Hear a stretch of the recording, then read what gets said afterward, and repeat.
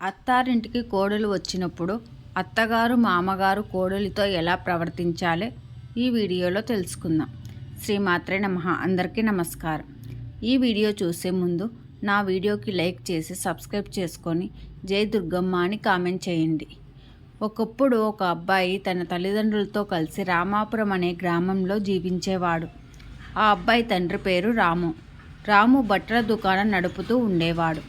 తన కొడుకును రోజు షాప్కి తీసుకెళ్లి బట్టలు ఎలా అమ్మాలో నేర్పించాడు. రాము మంచి స్వభావం కలవాడు మరియు ఆ ఊరిలో పెద్ద మనిషి. రాము భార్య ఆమెకు కోపం చిరాకు ఎక్కువ. అయినా రాము ఆమెను ఏమీ అనేవాడు కాదు. దుకాణాన్ని ఎలా నడపాలో రాము కొడుకుకు నేర్పించుకున్నాడు. క్రమంగా ఆ అబ్బాయి పెద్దవాడయ్యాడు. పెళ్లి చేసుకునే వయసు వచ్చింది. కొడుకు షాప్ని బాగా చూసుకుంటున్నాడు. ఇక పెళ్లి చేస్తే కొడుకు కోడలు మా ముందే సంతోషంగా ఉంటారు అని అనుకుని భార్య సలహాతో కొడుక్కి ఒక పెళ్లి సంబంధం చూశాడు. రాము అమ్మాయిని చూసేందుకు పక్క ఊరు వెళ్ళారు. ఆ అమ్మాయి చాలా అందంగా ఉంది. అందరూ ఓకే అన్నారు. పెళ్లి తేదీ కుదిరింది. రాము కొడుకు పెళ్లికి సిద్ధమవుతున్నాడు. ఒకరోజు రాము తన భార్య దగ్గర కూర్చొని, కొన్ని రోజుల తర్వాత కోడలు ఇంటికి వస్తుంది. నీకు కోపం చిరాకు ఎక్కువ. కోడలు నువ్వు చెప్పేదంతా సహించదు. మాట భద్రం.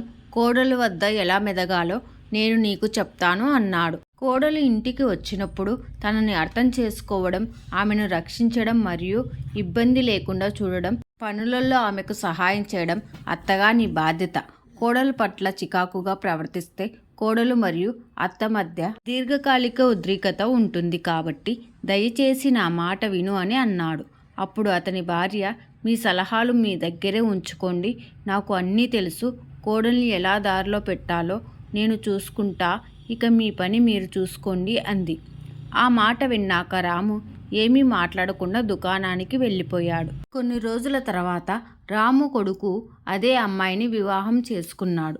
కొడుకు మరియు కోడలు ఇంటికి వచ్చారు. కోడల్ని పిలిచి, ఈ రోజు నుండి ఈ ఇంటి బాధ్యతను నీకు అప్పగిస్తున్నాను. నువ్వు ఈ ఇంటికి గృహిణివి. గృహిణి అంటే ఇంటికి లక్ష్మి అని చెప్పాడు. ఈ ఇంటిని చూసుకోవడమో నాశనం చేయడమో నీ చేతుల్లోనే ఉంది అని చెప్పి రాము దుకాణానికి వెళ్ళాడు. రాము ఇంటికి రాగానే కోడలు భోజనం వండుతుంది. కోడలు పొరపాటున కూరలలో ఉప్పు ఎక్కువగా వేసింది. కోడలు తన భర్త మామగారికి వడ్డించింది. రాము ముందుగా తిన్నాడు. ఉప్పు ఎక్కువైంది కానీ అతడు ఏమీ మాట్లాడకుండా గౌరవంగా ఆహారాన్ని స్వీకరించాడు. ఆ తర్వాత రాము కొడుకు ఆహారం తిన్నాడు. కూరలలో ఉప్పు ఎక్కువగా అవ్వడం వల్ల చాలా కోపంగా ఉన్నాడు. కొడుకును చూసిన రాము, పొరపాటు జరిగింది, దాని గురించి ఆలోచించకూడదు అని చెప్పాడు. దానికి కొడుకు ఏమీ మాట్లాడకుండా తన తండ్రితో కలిసి భోజనం చేశాడు. అత్తగారు భోజనం చేస్తున్నారు. ఉప్పు ఎక్కువైంది. భర్త కొడుకు వైపు చూసింది. వారు ఏమీ మాట్లాడడం లేదు కాబట్టి ఆమె కూడా మౌనంగా ఉండిపోయింది. భోజనం చేశాక రాము తన కొడుకుతో కలిసి వాకింగ్ చేయడానికి ఇంటి బయటకు వెళ్ళారు. బయటకు వెళ్ళగానే రాము కొడుకు, నానా నువ్వు ఏమీ అనలేదు, మమ్మల్ని ఏమీ అననివ్వలేదు ఎందుకు అని అన్నాడు. కొడుకు మాటలు విన్న తర్వాత రాము, ఒకరిని అవమానించడం మంచిది కాదని, వారు ఎంత దగ్గరి వారు అయినప్పటికీ బాధపడతారు. అందుకే నా కోడల్ని ఏమీ అనలేదు అన్నాడు. నానా నాకు ఏమీ అర్థం కాలేదని కొడుకు చెప్పాడు. అప్పుడు రాము, 5 విషయాలు నీకు చెప్తాను. ఈ 5 విషయాలలో ఎవరైతే జాగ్రత్తలు తీసుకుంటారో వారి ఇంట్లో ఎప్పుడు ఎలాంటి గొడవలు తగాదాలు రావు. వృద్ధాప్యం కూడా చాలా ప్రశాంతంగా గడిచిపోతుందని కొడుకుకి ఆ 5 విషయాలు చెప్పడం ప్రారంభించాడు.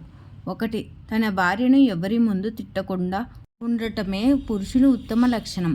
భార్య ఉద్దేశపూర్వకంగా తప్పు చేయనప్పుడు పొరపాటుగా భావించి భార్యను క్షమించాలి. భార్య పొరపాటు చేసినా ఎవరి ముందు తిట్టకూడదు.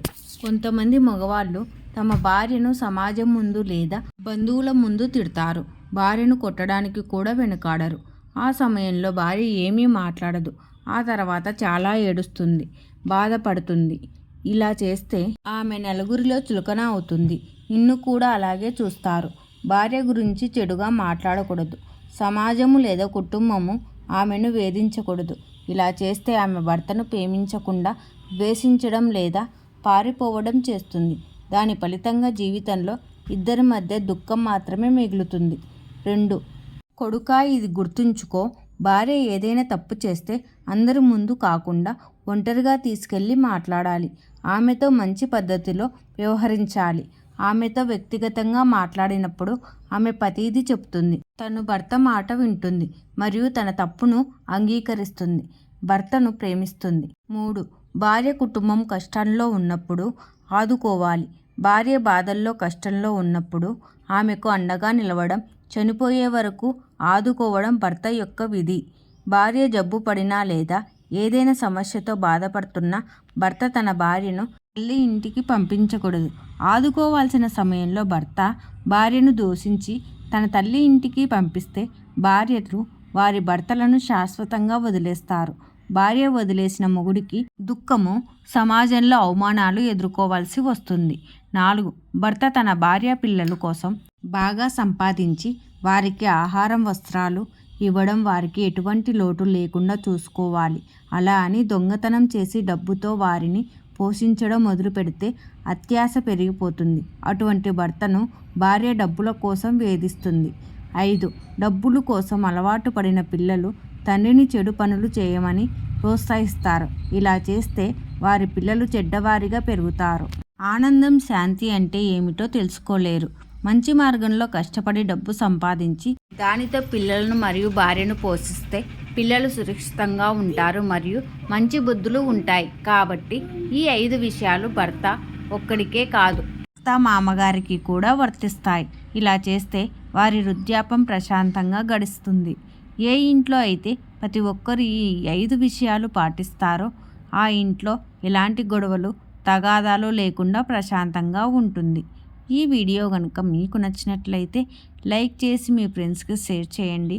అలాగే ఇలాంటి మరిన్ని కొత్త వీడియోస్ కోసం నా ఛానల్ని సబ్స్క్రైబ్ చేసుకొని పక్కనే ఉన్నటువంటి బెల్ ఐకాన్ని ప్రెస్ చేయండి. Thank you for watching.